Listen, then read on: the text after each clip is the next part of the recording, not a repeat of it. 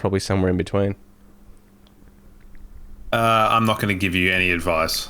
Yeah, good shout. I'm also not going to give anyone any advice on how to behave, given that I'm probably pretty lax. So, take advice from those that know. Secure all your loose outdoor items. Just listen to the authorities. The SES and all that will tell you what to do, and listen to them. Don't drive in flooded waters, all that sort of stuff. Just don't be a hero, don't be an idiot. All right. The other exciting news for Lions fans is, and you may not have seen this just yet, Patrick. It looks like there's going to be a secondary documentary also coming out on Tuesday night via the AFL app and website. It's called Pound the Rock. Yeah, so that has been while Dancing on Thin Ice was largely the theme and motif for 2024. Pound the Rock is something that we know Fags has done basically since day dot. That's the message he's instilled to all the players since he walked in the doors. So I'm looking forward to that one as well. That's good. A little bit of bonus let's celebrate the flag gear for us. Yeah, I kind of wonder whether it's like the same footage, but it's just kind of like if it had two different directors. So you got your Guy Ritchie one over here, your Tarantino sort of style film over here, whether they'll be a bit like that or whether it's entirely different things, but one can hope. Yeah, I mean, you'd have to say it'll largely be the same. I know the Fox documentary Dancing on Thin Ice is really taking a look back. I think it starts back at the last year's 23 grand final, so it starts there at the loss and goes through that sort of 12 months leading up into the grand final win. So I'm not sure if the AFL one will do the same or if it sort of goes from when Fag started or if it's literally just the finals, but it looks like they've got a couple of players in for chats and all that sort of stuff. So yeah, awesome. Just when you... Sorry, well, if the AFL one's anything to go off in terms of what they released with Fagan and McRae and the coaching stuff from the 23 grand final that came out like the week before the grand final, that was extremely well done. So hopefully there's a bit of variance and they both have a slightly different feel, but they'll definitely be like, very hot viewing. Yeah. I can say. Very excited for that. All right. We had a game against the Crows, and as I was saying to you, our games against Adelaide's the last 3 or 4 years, always very close, always very uncomfortable. Like obviously we had the draw, and like our last few games there's been a kick in it basically, and this was no exception. But all in all, fairly happy with that hit out. The obvious downside is that Brandon Starcevich goes out with a concussion again, which is a real pisser. Yeah, that little thing, the old little shove in the back in the marking contest. I can understand that people probably think that it's just like, whatever. But, I mean, if someone runs past someone and hits their pinky finger on them and they get a concussion, they get rubbed out for a week. And this, with the Laylaw one that you talked about last week that I hadn't seen, that I then looked up and I was like, oh, Ruben Jimby. Yeah. Just shoving him into there. Like, that can't be something that people do. There's been 3 across these, official preseason matches. Well, yeah, the Jimby one in the very first outing with Richmond and West Coast, that was bad. This one, not so bad. Less bad, but still, it's the sort of thing where, it does it follows the idea that there's always going to be incidental head contact, which is fair, I guess. But when you're shoving a guy into, like, was it Thrillthorpe? It was like coming the other way. Big guy. Yeah. So, I think there was another one in the Port Adelaide and St Kilda game, or maybe it was the Suns in Sydney. I can't really remember, but there was a third one, and it sort of sparked all right, we need to stamp. Obviously, David King's right on this. We need to stamp this out now. So, it's probably just, hopefully just coincidence. Timing 3 in a preseason is a lot. There's just been so many injuries this preseason. It's ridiculous. Yes. And my thoughts last week or the week before even of just having a sort of almost a shorter preseason for our blokes, guys in rehab doing the right things after surgeries has probably led to our guys being in like pretty good condition without kind of exercising a lack of restraint in terms of their poor diets and relaxation. So that's, I said some stuff last year about scheduling and how I thought that the Thursday-Sunday was kind of ruining our flow in the beginning of the year and led to sort of some some kind of issues with recovery and form. But this is going to be my little sneaky thing. The preseason of not having enough time off to get into bad habits to then go again, which has put us in pretty good shape because we're kind of, strangely enough, one of the healthiest lists. It was very strange, the amount of players we had available for Thursday night. Obviously, Harris didn't play. He was ill, and Archie had a little bit of tightness. So those, at this stage, both of those guys will be available for opening rounds if it goes ahead. But other than that, it's just sort of Duday, Gardner, and Kitty Coleman are sort of behind by a few weeks. It will be interesting come the back end of the season with all those players that didn't necessarily have a full preseason, how they fare, how their bodies hold up, how their energy levels are. So we probably won't know that for a while. But yeah, it was good to get a fairly decent team out on the park on Thursday night. Yeah, and I think preseason you're always just looking for moments and things like that. I've probably said that last week about the weird triple header. You're looking for how are they looking, how are they running, how are they covering the ground, who's there. There were some people there that I didn't expect to be there. Henry Smith was a surprise, pleasant one at that. And if you look at the score, Worm, obviously we kind of gave away, 4 goals? Yep. In the last sort of second half of the last quarter. But I think at that time we'd taken a lot of guys off and we were sort of just we was almost in the rack. We had parked the bus at that. The pleasing thing about that, and we'll probably explore this a little bit more in depth later, the pleasing thing about when Adelaide hit the front with 2-3 minutes left, we still had 2 shots on goal, and nearly 3. Their save the game mode versus our win the game mode, it held up. And Cam missed, Jazzy missed. On a different day, they kicked those goals. But the fact that we could turn that on so quickly and give ourselves a good shot at winning the game a couple of times when we were behind was pretty impressive and something we can take away from that. But I thought we got off to a bit of a slow start, to be honest. And that midfield, for some reason, our midfield, Adelaide's midfield, it breaks even, and then it goes in momentum. Like the first 10 minutes, I thought Adelaide's midfield really got on top of us. Yeah, it's. I'm just sort of thinking back. I've obviously had some weird stuff going on the Thursday night, so I was having to watch on catch up. I had an unwanted guest. Yes. Drive through my front fence into my missus' car. So that happened just as the footy was starting to fire up. So dealing with that and dealing with police, the fellow had been drinking and whatnot. So not a great start. No. Got to say. So it meant that I was switching on the first half at about 12:20 in the morning. So I watched the first half and then watched the following day. So please forgive me if my recollection of particularly the first half is not swimming. Yeah. It's not great. So Brooksy, you might have to take the lead on this one. Well, I mean, for this game, what I really wanted to see, what I was really hoping for, and what I'm quite disappointed that I didn't get, was one of those key forwards standing up and saying, "Yep, give me this spot for opening round." I don't like. They were needed to demand that spot, whether it was Logan Morris, Eric Hipwood, Sam Day, Ty Gallup. I wanted to leave that go, all right, yep, that's our guy for opening round at least.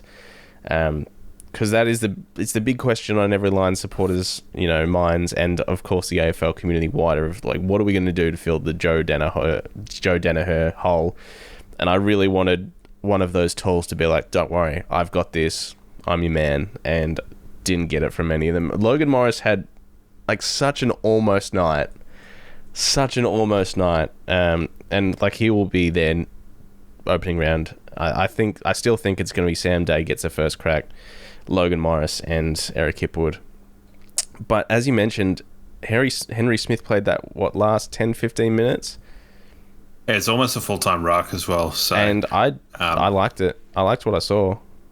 He had a little bit of ruckcraft. Yeah. It's hard to really judge off of that. I actually so some of the key takeaways I had was that I thought Fletcher was really fit and Fletcher was amazing. Should have kicked a few goals.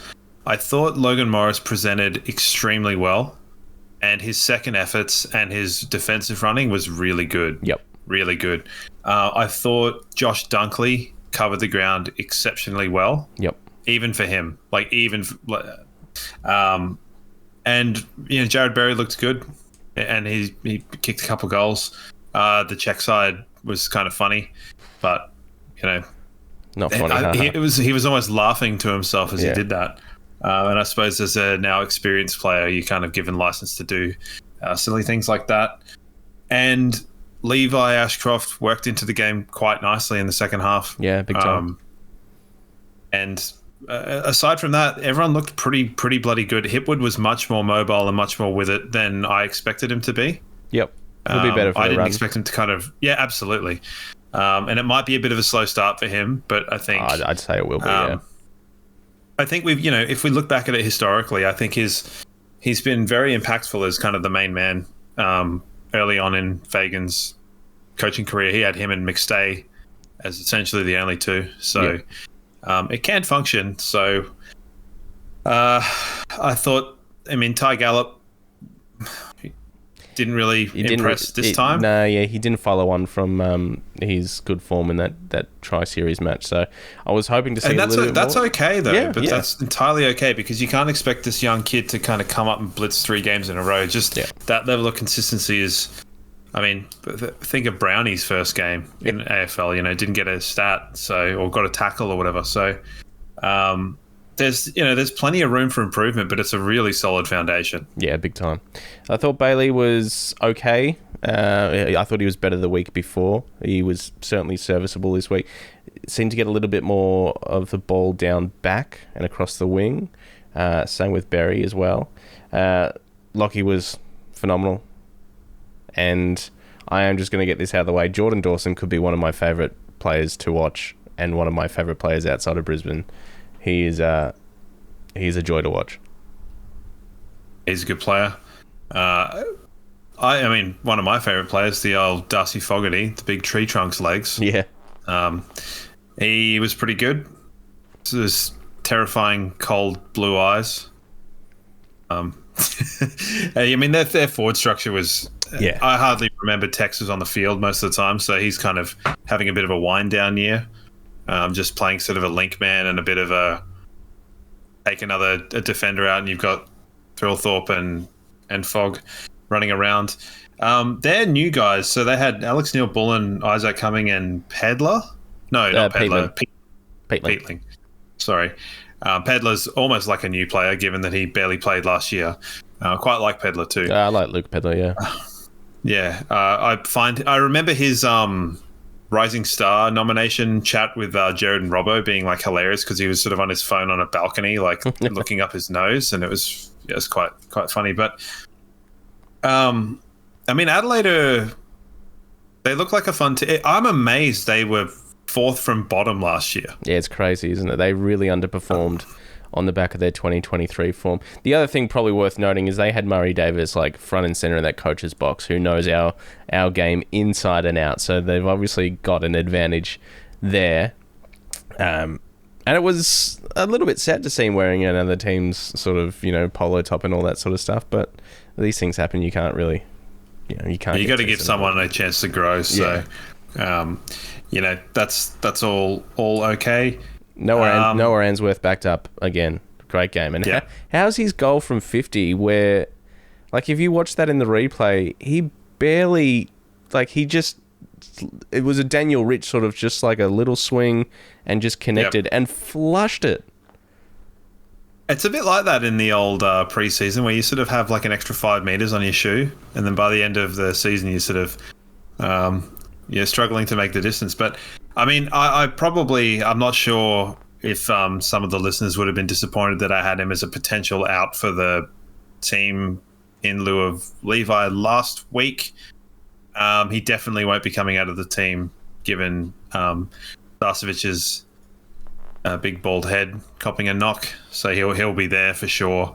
And it was sort of more like, where can you fit something else? Sort of, we didn't want to both be boring as all hell and just say, look, this is what it's going to be, because like a question a couple of weeks before from Ross just sort of said, should we be rotating more? And I think, yeah, we should, for sure, particularly if we've got some people that might be slightly underdone in the preseason, or some people that might have slow starts.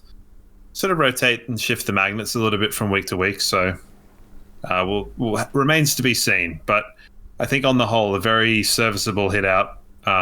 Lockie Neal pushing full forward at times was quite funny. Yeah, a couple of Joe the Gooses out the back. And Kai Lohmann taking two pretty special marks early on in the piece. So, I mean, he could be, his back end of last year and his performance in the grand final sort of dictated a bit of a keep an eye on him, but he's got the attributes to be somewhere near a Toby Green type, I think, over the next few years, if he can kind of bulk out a little bit. He's got that dog, and he's got the overhead marking, and he can kind of play medium size rather than just a small. And he tackles hard. I was telling you earlier on, I rewatched the preliminary final against Geelong earlier on today because I just had a bit of spare time. So, and man, he tackles hard. So, exciting. I'm just excited to hopefully watch a game on Thursday. Yeah, well, that's something we definitely need to prepare for. And the big question is the Starcevich. Obviously, you've mentioned Noah Answorth would keep his spot. I figured that would be the case anyway. Shadow Brain is probably, if you're looking for an in and out like for like, that is probably the closest we've got on the list. I want to float an idea to you that I think could allow for potential shifting around the ground and giving someone their debut. Because are you going for the Beacons? No. I thought you were going to go for the Beacons. No, I'm not. I wasn't going to go for Luke Beacon. He might play a game this year. I'm not sure. What are your thoughts on a guy that we both really love? We know he wins his one-on-ones. What do you think about shoving Jasper Fletcher down behind the ball? Because in the back half of that game against Adelaide, he was getting a fair amount of it in the D50. That would allow for someone like a Levi Ashcroft to come in and play a bit more forward of the ball. He's not going to be playing wing. But between Hugh, Bez, Bailey, and others, they can fill that sort of wing forward role and rotate. Thoughts? I don't love it. I don't love it either, but I think it could be an underrated option as a defender with a defensive mindset, and that will take a task and lock it down. Because you got to think about Geelong forward line. They've got Close, Stengel, Grind Myers. They've got some crafty half forwards, and we know that they push up to the contest as well. We know Jazzy can roll with that. Yeah, that was one of the things that Noah Answorth did really well in the prelim. Yeah, I think at times Sean Mannor's another one for them, but yeah, it's possible. But I just think I don't see Shadow Brain coming in because we haven't caught a glimpse of him really in either of the practice games, unless I'm mistaken. I think he got a little bit of time on the field against the Suns, like at the very end there. Yeah. But it wasn't anything amazing. Substantial. I'm just thinking. Yeah, Sorry, go on. I was just thinking it's the left field options. I think just for a defensive player that we obviously need to come in, Shadow Brain is probably the obvious call, if you could call it that, I suppose. Well, the other thing is if McKenna comes on from sub, then that's kind of your defensive player. Yeah. There, which I know he's not playing as a defensive player strictly, but if you were going to look at the kind of team layout and go, well, you've got your halfbacks in terms of Modi. Actually, Modi's one that I forgot to mention. He looks fit as a fiddle and like agile like a cat. And we've talked before about Will Mort. Oh, yeah. I've got another one for you, Drill Mort, because he started hitting them flat like a drill, drilling them. So we've got Drill Mort and Drill Mort and Will Mort. So we want more Drill Mort and I think I've screwed this up again. It's really hard. But I did notice watching the prelim, there was one that he did that I had to pan up from the MCG, and it even showed the sky in that as well. And I was like, man, you can't make this up. It's too good. Sorry. So you got Zorko, Wilmot, McKenna, Noz. Yeah. I just think that's probably... Leicester. I just don't like the balance of that. I think McKenna, Zorko, and Wilmot is all far too attacking and not necessarily enough defensive accountability. And that's probably my biggest issue with McKenna specifically, is his defensive accountability. Because we need that Starcevich role. We need someone to lock away. Like, Stengel was basically a non-factor in the prelim last year. We need someone to do I think it's more because of Tyson Stengel more than... he was awful, but he made some terrible decisions. I think you can easily have someone like Noah go in with stoppage. Wilmot's pretty defensively accountable when it dictates. But it also could be the thing where if we just try and go the other way on them, that could be quite handy. So, Geelong are pretty good. Yeah. I want to talk to you about Ryan Lester's role for this game as well, because he's played very, very well. Same old. Yeah, well, he's played very, very well in Jeremy Cameron, obviously, the last couple of games. The other option now that they've got up forward is obviously Dangerfield is sitting in the 50 a fair amount. I think Leicester would be the perfect matchup for him as well. So it's it's almost. If it was a perfect day, I would put Starcevich on Dangerfield. Yep. And have Leicester go with Jeremy Cameron. Just because I think that Starcevich has the physicality to kind of bully Danger. It's funny. So I've literally just finished watching it. The prelim, and it's funny to see these players that are superstar players. Guys like Tom Stewart, where Starcevich went into a one-on-one with him and bodied him out of the way and got the ball out, and you're like, he's doing that to one of the best players of the past 5 years, just like it's nothing. And you would kind of expect him to do that, and unfortunately he's not going to be there, but we'll see. We don't know. I hope they have some good ideas.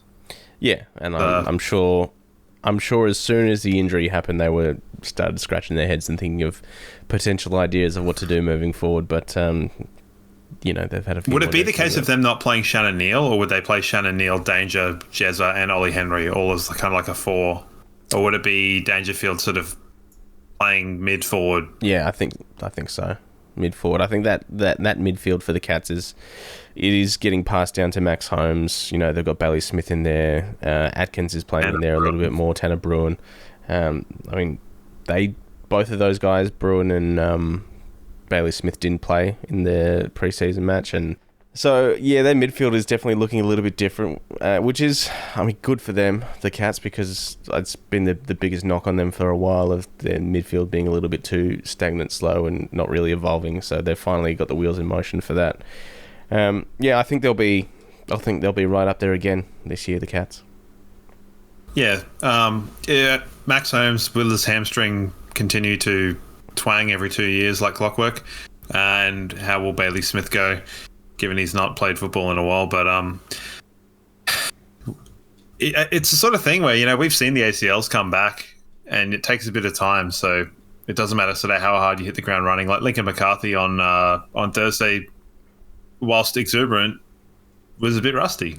Yeah, and he certainly didn't do anything for me to go, oh yes, we need this guy back in. So I think Archie will come in and take that spot, and Link will have to bide his time and get some runs on the board before he's considered. But he will play. Which was funny. It's funny considering John Ralph was like, if he gets through this, he's expecting to play in round one. It's like, why? Yeah, I don't think so.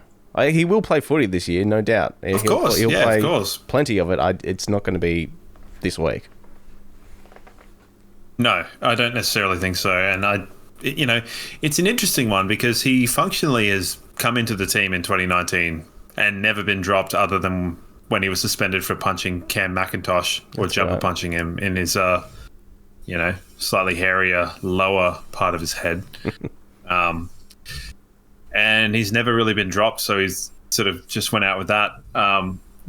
You've copped a little bit of heat, and I suppose I've copped some strays for sort of suggesting that he's a good player that might play in the team. We're not saying people should come in or come out, but just mix it up a little bit. Like I said, he will play footy this time, and it will have to come at the expense of someone. And that's going to have to be an Archie or a Loman or a Cameron. Yeah, it's going to have to be one of those. It's thankfully not something we have to think about right now, but it will be a discussion that has to be had at some point because he will be playing. He's too good to be playing twos. Twos. So we'll see, but he's not going to be playing anytime soon at the moment. That's for sure. I got a question. I've just thought, was Tom Duday ever an All Australian? Oh, I don't know. He would have been close. He may have made a squad. Yeah, it's not really relevant yet. It's more just he's a pretty good player, you know? Yeah.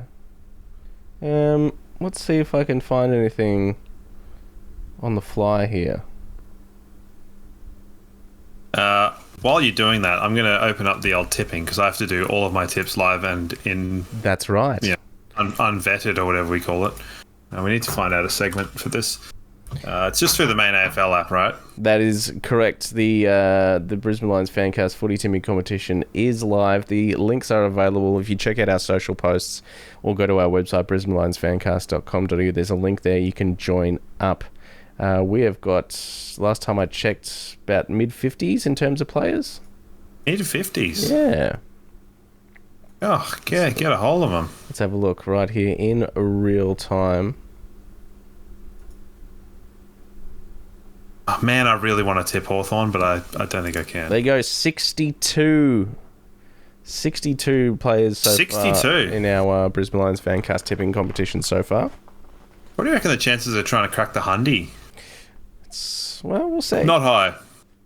We'll see. Maybe? I don't know. 62 is more than it's I not thought. Exactly. So. Yeah, it's not exactly exponential growth, but, it's growth. All right, so should I do my rail off my tips now? Let's go. All right, first game at this stage is Brisbane Geelong venue TBC. Yeah. The funny thing is that I've had to break my rules, not like, wait for this. I normally hate doing score predictions. Yep. And I have to do one first. Do I have to put my score prediction down in this? Yeah. Or can I just say who I think is going to win? No, I do? You can do it here. Yeah. Oh, fuck. Only because I want to make you uncomfortable. Yeah, so I've got the Lions by 22. Okay. And then I've gone Sydney, Gold Coast, and the Giants. Yep. I'm entering them in. Tips saved. Lovely. My team is called Bitter Patrick because that's what you all think of me, so that's what I might as well put down. Beautiful. Lovely. All right, well, feel free to join the competition. Like I said, the links are available at our website, or you can use the code YK64WVCF. And there will be a prize at the end of the season for whoever comes out on top. Lovely. Just worth noting, if you do sign up, you can turn off all of the betting shit and the crypto stuff. So yes, don't feel like you're going to get shoehorned into all of that nonsense, because I immediately did that. All right, we've got a couple of questions. Thanks to Crisp Communications. We've only got a couple here. Mr. I, not so much a question here. It says, Answorth and Fletcher both need to be in our best 22. They give it their all every contest. Yes, I agree. Yeah, hard to argue with that. We've loved Noah Answorth forever. And for those of you who might be kind of new listeners or who don't, haven't followed the Lions closely, and he sort of just turned up out of nowhere one couple of games during last season. He was I think he was a Vic Metro captain? No. Where was he drafted from? I think he was Oakland. WA? I think he was the Chargers. Chargers. I think so. Is that regional or is that? No, that's Victoria. Metro. Yeah. So I'm pretty sure he was a captain of his draft year and he had his back broken in his draft year. So he elected to not be drafted that year and follow on the next year. Yeah. We picked him up relatively meekly for nothing because he was a year older, and so he's a genuine leader in terms of football, and he would have been a top 20 pick the year before. I'm certain of that. So he's a much better player than he's given credit for. He looks like a weird Richardson, love child. Yeah, which is always quite does have a endearing. little bit of Matty Richardson about him, doesn't he? Yep. I nearly said Alan Richardson, but I'm glad I didn't, because that he does not look like. Another question So yes, Another question from Bangs21 on Instagram here. Despite the obvious, what do you want out of this season? I'm guessing the obvious is premiership. Is a premiership. Is a back-to-back. Well, it's funny because it might have to be fast-tracked. I wanted to see the Lions win it at Geelong, because we haven't done it for 21 years. It's probably the only game I'll get to this year. So I would like them to win at Cardinia. And I'd like to see Gideon Coleman come back and play some good footy. I'd like to see what Tom Duday can bring to the team. And I would like not for Zorko to have a fade out in this year. Yeah, that is a small worry of mine, is that last year was the exception and not the rule. I feel like obviously he does look good. Yeah. He does look good in preseason. So he did obviously that guy, kicks. but he obviously keeps his body in like pretty good shape, and he's obviously trying to like really eke everything out of his last couple of seasons. So I just hope that doesn't happen, which is kind of a bit of a weird hope. Yep. But I hope if it does happen, it kind of coincides with Gideon Coleman but come back in the team. Yeah, big time. I don't really want to see our guys getting hurt in the kind of graphic ways it was happening last year, because it was no more knees, please. like the Gardner and the McCarthy and those two were so hard to watch. Yeah. Like Link's eyes rolling back into his head. The big O in the prelim was genuinely like stomach churning. Starcevich getting like beelined by Rankin was not good. We had Ainsworth getting brained in a marking contest, knee in the back of the skull, that was not good. There was a lot of not good stuff happening in the injury front that was kind of vaguely not graphic, but it was just sort of, when you like these chumps, you don't want to see them in pain and stuff like that. So I'd rather not see some kind of horrible injuries. Yep. We had our fair share last year. Yeah, definitely. I'm looking forward to, what I'm hoping to see is by the end of this year that I can sort of sit back and go, all right, we're going to be okay. I guess when the time comes that Lockie retires, Zorko, Froggy, this key forward dilemma we've got to sort of fix. I want to get to the end of the season and go, all right, we've got answers for this, and this. And it looks like, the keys to the midfield are going to get handed over to the Ashcroft boys. Dunkley's still got a few years left in him. Well, Dunkley's like, isn't Dunkley like younger than McCluggage, or like 6 months older than McCluggage? Yeah. Like it's something insane like that. But he just happened to play in a premiership in his first season. Yeah. The people immediately, that adds 10 years to how you are perceived. Because you know me, I love like going through the ages and that sort of stuff. But so yeah, he's definitely one for the next 5 years, Dunkley. Yeah. The other thing I want to see, and this is going to lead into a discussion I want to have with you now, is that we re-sign Stars. That is priority number one in terms of re-signings for me this year, is getting him back on.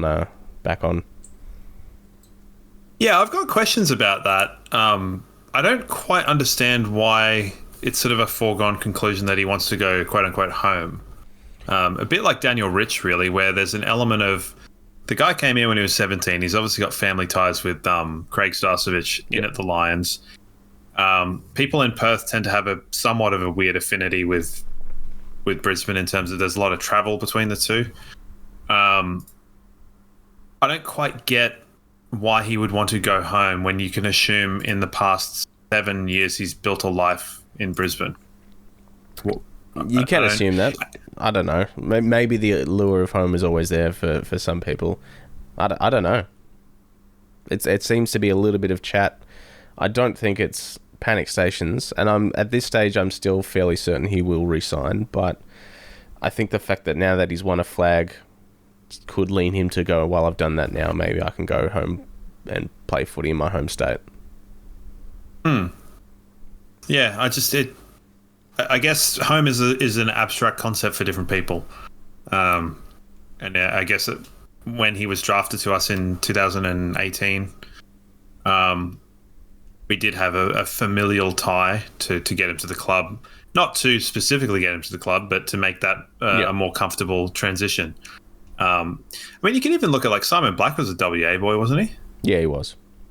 Yeah, I mean, there's plenty of guys that Different like time, being though. in Brisbane. Yeah, true, but I mean, there was definitely times when him and Luke Power were quite homesick in their kind of first couple of seasons and things like that. I guess it was just less talked about. I just think with Starcevich, we haven't heard anything from him other than that he quite likes playing football at the Lions. And You has don't always really hear done much it. from Stars, generally No. speaking, though, do you? No, but he's always extremely eloquent when he speaks. Yeah. And he seems like someone that would kind of not just operate on a whim. He would have kind of a full picture to go with. So, I mean, it could be a bit like McCluggage last year, where it could be the case of it takes a little bit of time. But I mean, anyone that's been in a job when you're kind of uncertain about, you know, where your income's coming from, you know, what your prospects are, your longevity, it can be a bit of a pain, and it can be a kind of thing in the back of your mind. So I hope it gets resolved. I hope he stays with the club because I really like him. Yeah, So yeah, big time. All right, well, what I'm going to do now is I want to go through the other players that are out of contract at the end of the year, and we'll do a bit of like buy, swap, sell, keep, delist, trade, retire. Yep. So we've gone through Stars. Your next one is Bruce. keep. Keep, resign, was sort of a 2-year deal. See if he gets any 2-year games deal. this If you year. can keep- If he doesn't get if any you can keep games, him then maybe a year. yeah, I mean, I'd keep him on the rookie list if you can. Cal Archie, that's obviously a must resign. I would. For Yeah, me it's anyway. a keep. Yeah, 3-4 year deal. I'd just go 2. Connor, I would keep. Darcy Fort,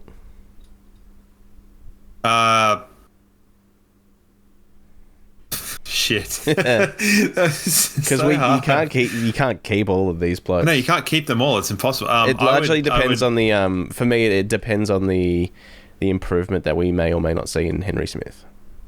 I would say rookie list. Yeah. Is that an option? Offer a rookie list spot. I can see the splinters in your ass, mate. Darcy Gardner, Stop playing. retire. Retire. Yeah. Sorry. Retire sounds really harsh, but yeah, I'd say probably surplus to requirements. Zork, Retire. Dev,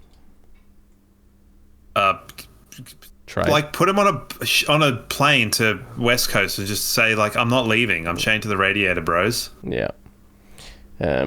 He could be involved in some sort of Oscar Allen trade, perhaps. Well, Oscar Allen will be a free agent, so no trade required. Logan Morris. Re-sign for sure. Yes. Yeah, big time. You reckon that's a... Would you throw a 5-year at Logan? Depends on how his season goes. Like if he... I'd throw a 5-year at him. Yeah. Link? Re-sign for 2 years. For 2? Or 1. Yeah, 2 He only years. just signed a 1. Oh, well, there. Put him on another 1. I didn't know these ones were... He signed on 1, but he was coming back from a knee, so I think that plays a part of it. I think a lot of these plays will be like, depends on how the year goes. Frog. No reason not to give him another year. 1. Always the 1. Jimmy Tunstall. Right. Yeah. Or D-list.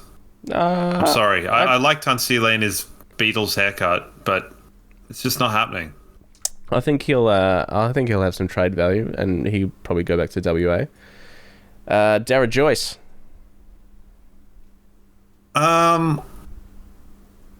Probably D-list, but I kind of like him. But I also think your mate Zane Sakostelski, probably that's a bit of a roadblock for him.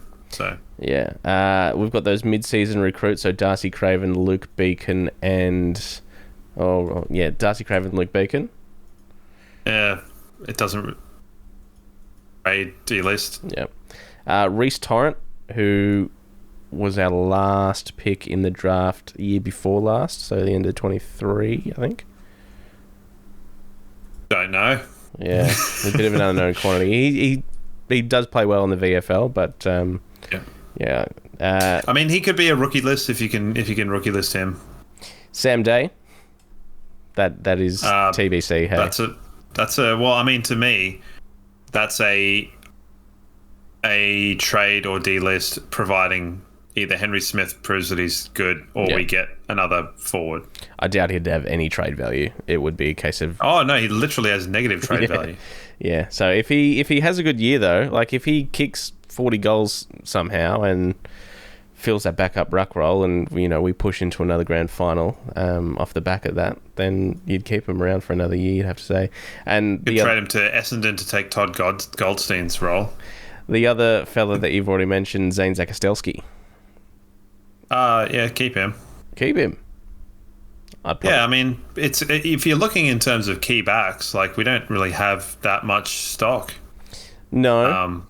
Other than the sort of first teamers, I think it's the sort of thing where if Darcy Gardner wants to go on or whatever, and the club has faith in that, now that he has frozen shoulders and a frozen knee, would Zane Zakostelski want to stick around if you've got Joyce and Gardner and if your path to the first team is not sort of super there? He would need for me to show a lot of improvement in the VFL. Yep. Yeah, because at this stage I would say, all right, thanks, but no thanks at the end of the year. But if he has a blinder, you love that guy. You love him. I don't know him. He's your favorite. He hasn't impressed so far in the twos. So if he has a big year in the twos, then sure, it might be worth keeping around for another year or two. But I'm not really. He had an interrupted preseason, and he's quite young, right? Yeah. He'd be 20 or something. But he's lower. He's like young for even his draft year. I believe so. Yeah. Not in a way that a youthful, exuberant Darcy Wilmot is. So. All right. Well, there's the current players that are now. We don't have anyone below Zakostelski in alphabetical order. No. ZZ. That's crazy. Yeah. All right. Well, that settles that. We're keeping on. I like that. That settles that. Like I have any kind of like. God, man, you give me way too much credit here, buddy. I largely agree with most of the things you said there. What, any standouts for not agreeing with me? Not really. I think Link's contract situation could be a little bit dicey depending on if he can get games. I wouldn't be surprised. And probably Connor McKenna as well. Like I'm not sure. How old is Connor McKenna? God, 20. You've got two monitors. I don't have two monitors. 28. Okay. For some reason, I thought he was older. Maybe it's the fact that he's got greys coming through now. So he's only 28. So yeah, never mind then. Yeah, I mean, I'd 2-year him. Yeah. I'd 2-year him. I'd try and 1-year Link if possible. But I mean, as you said, that remains to be seen. So it's a bit of a wait and see. When you've got like Kalachi and Lohman and stuff kind of running around. So I don't think we're not lacking in that position, I guess. The other thing is we're going to have to create some bloody salary cap room for Will Ashcroft next year. That's going to have to be something we need to do. So we'll think about that later. All right, what else do you want to have a chat about before we get this game that may or may not be happening in Brisbane on Thursday night? What else is there to talk about? Lots of injuries, hey? Yeah. Lots of injuries. What is, like, Butters gone? Errol Goulden gone? Yeah, that was gross. For a while? The old trapped under the old footo. Yeah, what's that going to be? Close to 10 weeks? Like, his surgery on an ankle. You know, that could be 3 months, could be 6 months if it's unlucky. The Bont went out with some calf. Yeah, that's turned out to be fairly lengthy as well.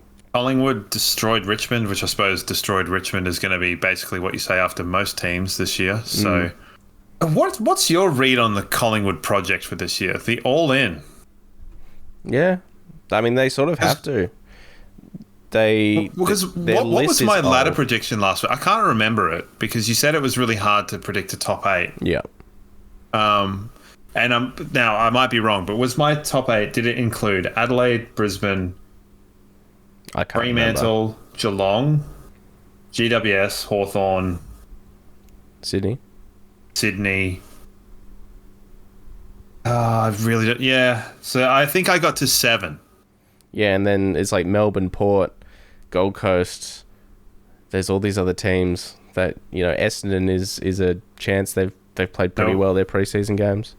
No, not a chance. Port Adelaide? Let's Yeah. go Port Adelaide. So I don't have Collingwood in there because I think that 1 or 2 injuries and they'll be railroaded. And also I'd like not to see them in the finals, to be perfectly frank. No, I understand that. But yeah, the way they have moved the ball has been exciting. Like, they've got some quick ball movement. They've played well.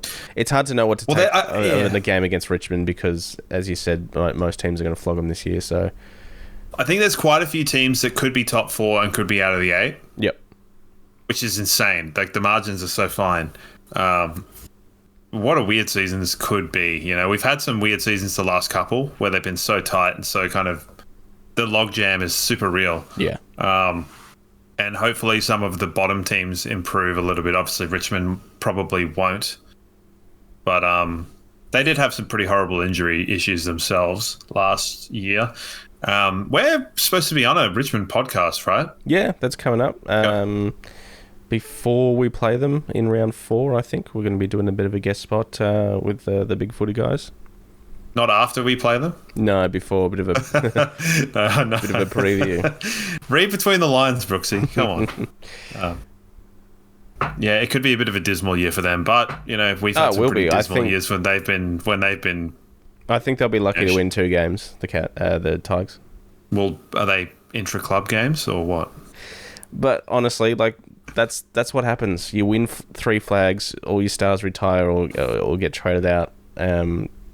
You lull down the bottom of the ladder, and better you do it now than when Tasmania comes in. So yeah, if you're a don't Richmond do it the way that we did it. Yeah. We tried to hang on, and it did not fucking work. No, let me tell you that, so. And then we had our rebuild in the years that fucking Gold Coast and then the Giants came into the competition, and we drafted people like Billy Longer. So and James Aish. Yeah. So don't do what Billy Brisbane does. Don't do what Vossi. Yeah. Also, that Glasses club president guy. That man, I hate that guy. Yeah. No, nothing to do with glasses. Glasses are fine. I wear some sometimes when I'm trying to drive in the dark. But that guy, man, I just burned in my brain of that Michael Voss getting sacked thing with that smug Damien Barrett looking guy. Yeah. Let's not talk about that. Let's talk about something else, the football. We are playing Geelong, and Geelong are a good team consistently. They've improved in areas they needed to improve. They haven't really lost out in areas they had not to lose out on. What happened? They probably Mitch Duncan might have I suppose Tomahawk's gone and Zach Tui. Yep. Did Mitch Duncan retire? No, I don't think so. I think he's still there. Did I also just call him Mick Chunkin? I like that. I'll I'll get the large McChunkin meal, please. Tuish. Yeah, so we'll see how they kind of pan out in terms of who's in their team and whatnot. But, it's a fair shout. I always back our boys. Yeah, I think it'll be a good game. I am nervous. Though. The Star seems... What's to be nervous about, Yeah, I don't know. Well, Are footy... you nervous to know whether you're going to be going to the football or swept up in a hurricane? I mean, that's a bit more of an impending doom than nervousness. I think I don't know. The first game without Joe, now no Stars. I don't know. I should just be happy that we've got the flag and the rest is just sort of bonus. But I don't know. I'm just, I guess, nervous excitement of how we're going to play this year. What do you reckon about this one from this, as you would say, gear coming out of WA? Petrarca, 33 disposals, 0 goals. Clayton Oliver, 28 disposals, 3 goals. Yeah, they both look pretty good today. And what about this one? 8 sharp, 1 goal, 9 disposals. Yeah, good on him. Also, Jackson Pryor played for Essendon, and that makes me sad because I like him. Yeah, I think he'll get a few games at the Dons this year. My wasted heart will go on for that fighty young man. So hopefully we get some football. I like football. Yeah, well, we will get some football. It just may not involve the Brisbane Lions at the Gabba. Well, I mean, I just want it to involve the Brisbane Lions, to be honest. Yeah, well, that remains to be seen. We'll be back next week with ideally a first game to talk about. And yeah, here we are. We're back. Footy is back. Worst case, yeah. So best case scenario, talk about a game and it's a win. Worst case scenario, don't talk about the game, or worst case scenario, talk about the game and it's a loss. Yeah, we're gonna. I feel like it's like a fork in the road of worst case scenario. Well, we will have to talk about the game. Yeah, no, we will. But it's like, let's talk about Gold Coast and Essendon and how Jackson Pryor kicked 7 goals. Now that'd be pretty good, actually. I'd be all right with that. I don't think that's anything we'll ever have to talk about, if I'm honest. Yeah, but this is just like that thing of Brian Myers coming to the Lions and winning a Brownlow medal, and then you have to change your son's name to Brian. It still could happen. It's just like that. Yeah, that's right. It's exactly the sort of thing that could happen. Join the footy tipping competition. Check out the website, BrisbaneLionsFancast.com. Do follow us on your socials, like, subscribe, do all that stuff. Follow us, throw us a rating. Help get the word out about the show, and let's bloody have it. Can we do a buy me a coffee thing this year? Given coffees are apparently $10 each or something. Yeah, we can. I can sort something like that out. I'm poor. Me too. We all are. Oh god! And on that note, let's get out of here and watch the football.